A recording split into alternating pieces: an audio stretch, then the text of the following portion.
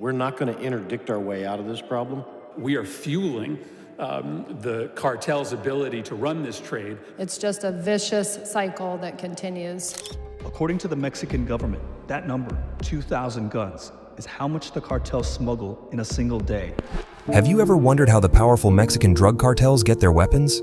The answer may shock you. Despite Mexico's extremely strict gun laws, the cartels have no problem getting their hands on high-powered firearms. And where do these guns come from?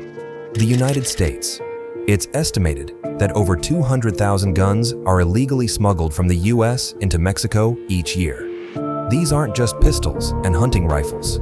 The cartels are getting their hands on military-grade weapons like assault rifles, machine guns, grenade launchers, and even .50 caliber sniper rifles. With this kind of firepower, the cartels can easily outgun Mexican law enforcement and military forces. That was a Barrett .50 caliber rifle, just one example of the type of firearm that Project Thor traced directly from Mexican cartels back to purchases in the US. This is in fact a weapon that is in the hands of the cartel, bought somewhere in an American store. Yes. And the cartels have deployed these against the Mexican military. Oh yeah, they're fighting back against with your .223 5.56 round. So this is the cartels, that's the Mexican military. That's what you got, yeah. Wow. Not quite symmetrical here. Imagine being a police officer in Mexico, armed with just a pistol, going up against cartel gunmen with AK-47s and AR-15s. It's a losing battle. The Mexican government has complained for years that the flow of guns from the US is fueling the violence and instability. Despite promises from the US to crack down, the guns keep flooding across the border. But how do the cartels get these weapons in the first place? It turns out it's shockingly easy. The US has very loose gun laws compared to Mexico. In most states, you can walk into a gun store and buy a high-powered rifle with no background check or waiting time. Also, at gun shows and private sales, there are, pretty much, no restrictions at all. This is just one example of how the CJ&G cartel had been trafficking firearms. Law enforcement had missed them for years. The cartels have their fingers across the country, and they're able to pull firearms from all over the country, and they do. The cartels take advantage of this by using buyers in the US to buy guns legally. Someone with a clean record who buys guns for the cartels. They'll hit gun stores and gun shows all across the southern US, buying up as many weapons as they can. Then, they simply pass the guns on to brokers, who then distribute to couriers. They then drive the guns across the border into Mexico, straight into the hands of the cartels. Border securities are more focused on stopping drugs from coming north, and not so much on the guns going south. Men and women that were US citizens, right, didn't have a criminal history and could purchase guns. These people are paid to buy weapons and ammo, then illegally pass them off to brokers. Couriers pick up those guns and drive them across the southwest border into Mexico and into the hands of cartels. This flood of American guns into Mexico has had a devastating effect. It's estimated that US guns are used in the vast majority of gun crimes and killings in Mexico. Tens of thousands of people have been killed with guns that came from the United States. Project Thor discovered that as much as 85% of cartel firearms found at crime scenes trace back to the US. Firearms are responsible for 7 out of every 10 homicides. That's hundreds of thousands of people killed with American weapons. So why doesn't the US do more to stop this? The sad truth is that the gun lobby in America is incredibly powerful. Groups like the NRA have fought tooth and nail against any attempts to tighten gun laws or restrict the flow of guns into Mexico. They claim any such efforts are an infringement on the Second Amendment right to bear arms. This has nothing to do with our Second Amendment rights. I mean, I'm a constitutional lawyer. There's no conceivable Second Amendment right to send weapons out of the United States to countries where they are illegal, and in fact, violating United States export control law in the process. The result is a never-ending flow of high-powered weapons into the hands of brutal criminal organizations. The Mexican drug cartels are essentially being armed by the United States. Easy access to guns in America, combined with the endless US demand for illegal drugs, has created a perfect storm that is tearing Mexico apart. the US needs to take more responsibility for its role in fueling the violence. Stricter gun laws, better tracking of gun sales, and a crackdown on the cartel, weapons buyers, and smuggling routes are desperately needed. The Second Amendment shouldn't be a death sentence for innocent Mexicans. It's time for the US to step up and stop the illegal southbound gun trade that is making Mexican cartels so deadly. When most people think of Mexican drug cartels, the first name that comes to mind is probably El Chapo and his Sinaloa cartel. El Chapo is an infamous figure known for his dramatic prison escapes and brutal tactics. At the height of its power, the Sinaloa cartel controlled drug trafficking across much of Mexico and was raking in billions of dollars a year. While El Chapo is now behind bars in the US, the Sinaloa cartel remains a powerful force. But in recent years, it has faced a major challenge from a new rival, the Jalisco New Generation Cartel, or CJNG. Based in the state of Jalisco, the CJNG has rapidly grown to become one of the most dominant and feared criminal groups in Mexico. Under the leadership of Nemesio Oseguera Cervantes, known as El Mencho, the CJNG has shown itself to be even more ruthless than the Sinaloa cartel. They are infamous for their extreme violence, including videotaped executions and attacks on civilian targets. The CJNG even shot down a Mexican military helicopter with a rocket-propelled grenade. So where do these fearsome cartels get the money and firepower to wreak such havoc? The main source of income for both the Sinaloa cartel and CJNG is drug trafficking, especially heroin, cocaine, methamphetamine, and fentanyl. The cartels smuggle massive quantities of drugs into the United States, where there is huge demand. Jalisco New Generation, better known by its acronym CJNG and Sinaloa. Despite high-profile arrests, their smuggling operations have been growing. A CBS Reports investigation found that Americans have been aiding narcos to smuggle military-grade weapons out of the US into Mexico at a scale and sophistication unknown to the American public. It's estimated that Americans spend over $100 billion a year on illegal drugs, much of which ends up in the hands of the Mexican cartels. This flow of drug money allows the cartels to build huge power. They can bribe police and politicians, recruit armies of gunmen, and buy top-of-the-line weapons. And that's where the American gun problem comes in. As mentioned earlier, the cartels take advantage of relaxed US gun laws to get hold of some fearsome weapons. Drug profits are used to buy military-style rifles, machine guns, and even grenades to rocket launchers. Often, cartel gunmen are better armed than the Mexican security forces trying to stop them. In 2019, Mexico's president created a new militarized police force that he called the National Guard. But frequently, their firepower is outmatched by the cartels, who are armed with an arsenal of weapons that they smuggle in from the US. This lethal combination of drug money and American guns has allowed the Sinaloa and CJNG cartels to fight a bloody war for control of drug trafficking routes.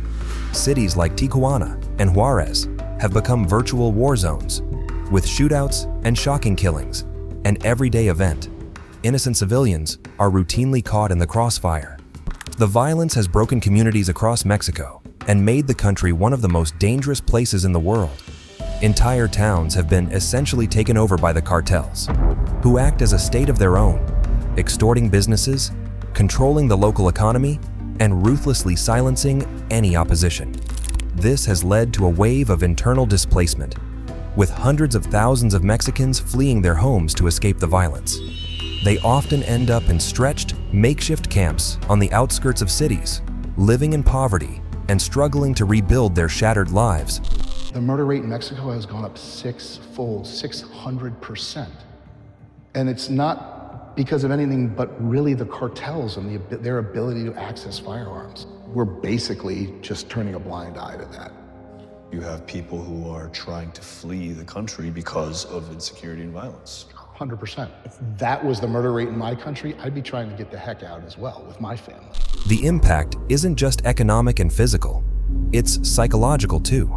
Children are growing up in a world where gruesome violence is the norm. A generation is being shaped by this conflict, and the scars will last long after the gunfire fades.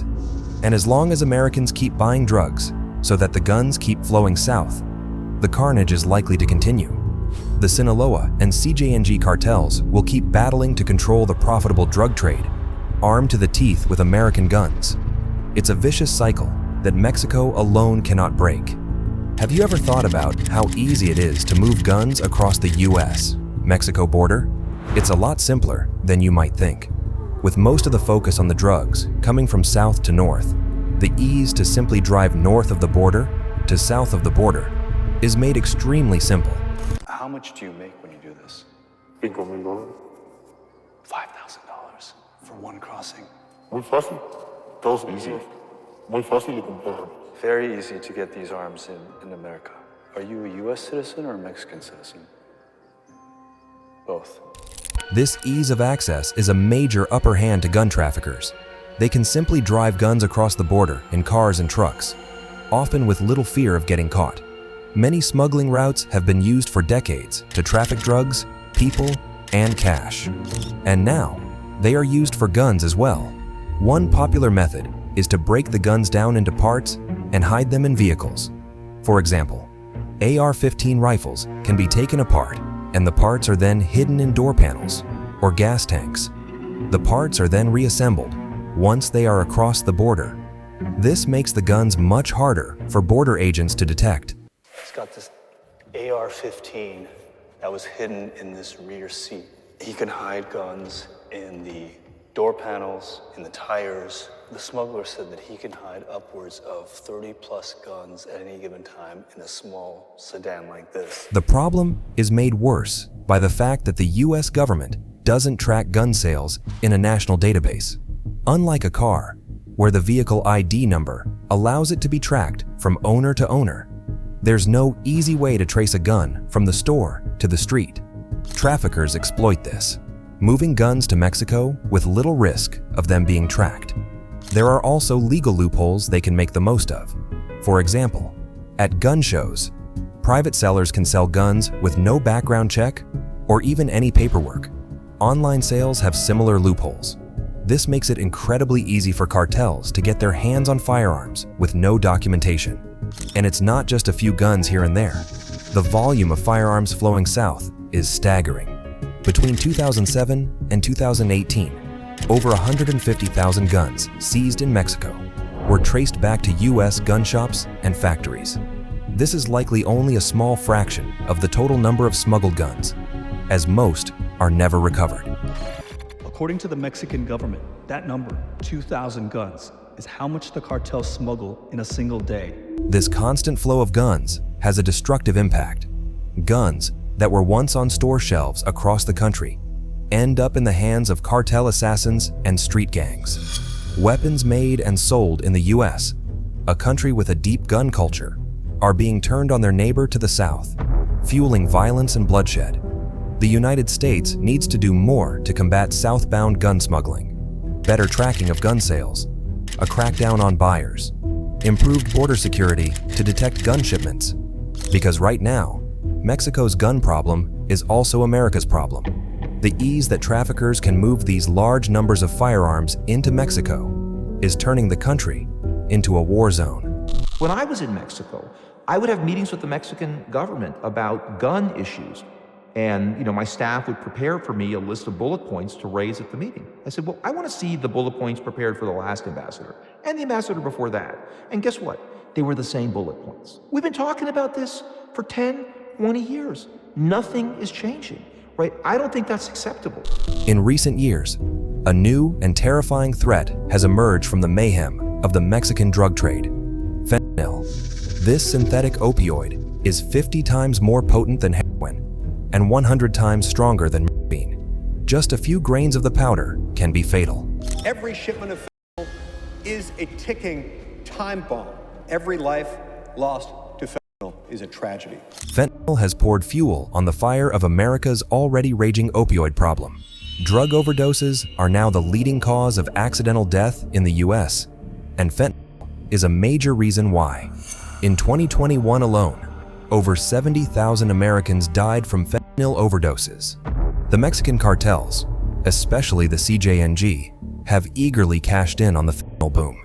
While some of the drug is smuggled in from China, Mexican super labs now produce the majority of the fentanyl consumed in the United States. The cartels have industrial-scale production labs, churning out fentanyl-laced pills and powder. The profit margins are unbelievable. A kilo of fentanyl costs about $32,000 to produce, but can sell on the street for over $1 million.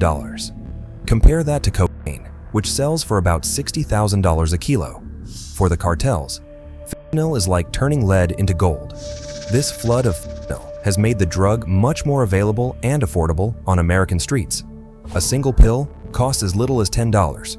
For many, especially younger people, fentanyl is their first introduction to opioids. The drug is often disguised as other pills, like Xanax or Oxycontin, so people don't even realize they are taking it. She was poisoned to death by half a tablet of what she thought was Percocet, but contained 5 milligrams of fentanyl. 1/2 of one tablet. A lot of the PSAs say 1 pill can kill, but it was actually 1/2 that killed her. The results have been tragic. Fentanyl overdoses have skyrocketed, devastating families and communities across the country. The drug doesn't discriminate.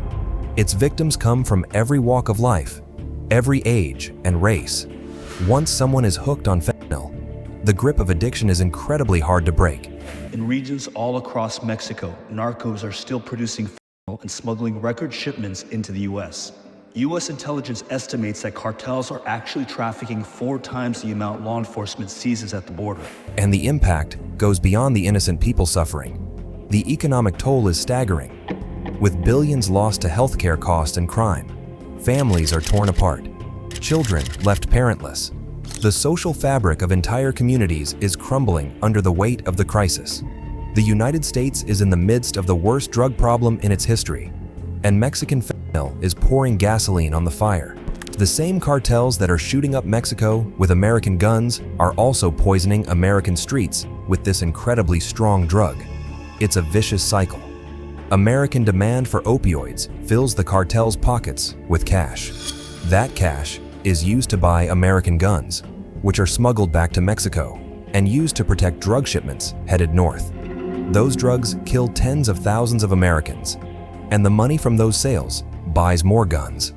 And round it goes. Todos los días agarran muchas armas y todos los días pasan muchas armas. The drug money buys more guns for you. Sí. If the U.S. stopped buying drugs, what would happen to the cartel? El dinero se acaba. The U.S. has to address this crisis on multiple fronts: addiction treatment, better border security, and cooperation with Mexican authorities are all key. But it also means taking a hard look at their own role in creating the demand. As long as there is an endless appetite for opioids in the U.S., the cartels will find a way to supply it. Because this isn't just Mexico's fentanyl problem or America's gun problem anymore. The two crises are connected in a deadly web that reaches further than the border, and it will take efforts on both sides to begin to fix it. Si hubiera más control del otro lado de la frontera, ¿habría menos crimen acá? Por supuesto, porque todas las armas, le digo, el 90% son de allá. Entonces, todas vienen, terminan aquí con grupos delictivos, la mayoría utilizándose para tantos homicidios que tenemos en la ciudad. Given the devastating impact of drug and gun trafficking between Mexico and the United States, you would think that stopping the flow would be a top priority. And on paper, it is. The U.S. spends billions of dollars each year on border security and drug restriction efforts. But the sad reality is that these efforts have largely failed. Take the border fence, for example. The U.S. has spent over $2.4 billion building and maintaining barriers along the Mexican border. The idea is that a wall will stop or slow the flow of drugs north and guns south. But in reality, the fence is more of a speed bump than a roadblock. Traffickers quickly adapt to go over, under, or through the barrier. They build elaborate tunnels, use drones, and ultralight aircraft, or simply throw the packages over the top of the fence to be picked up on the other side. The same goes for efforts to stop drugs and guns at border crossings and checkpoints. Despite the use of X-ray machines, drug-sniffing dogs, and camera systems, the sheer volume of people and vehicles crossing the border each day makes screening impossible.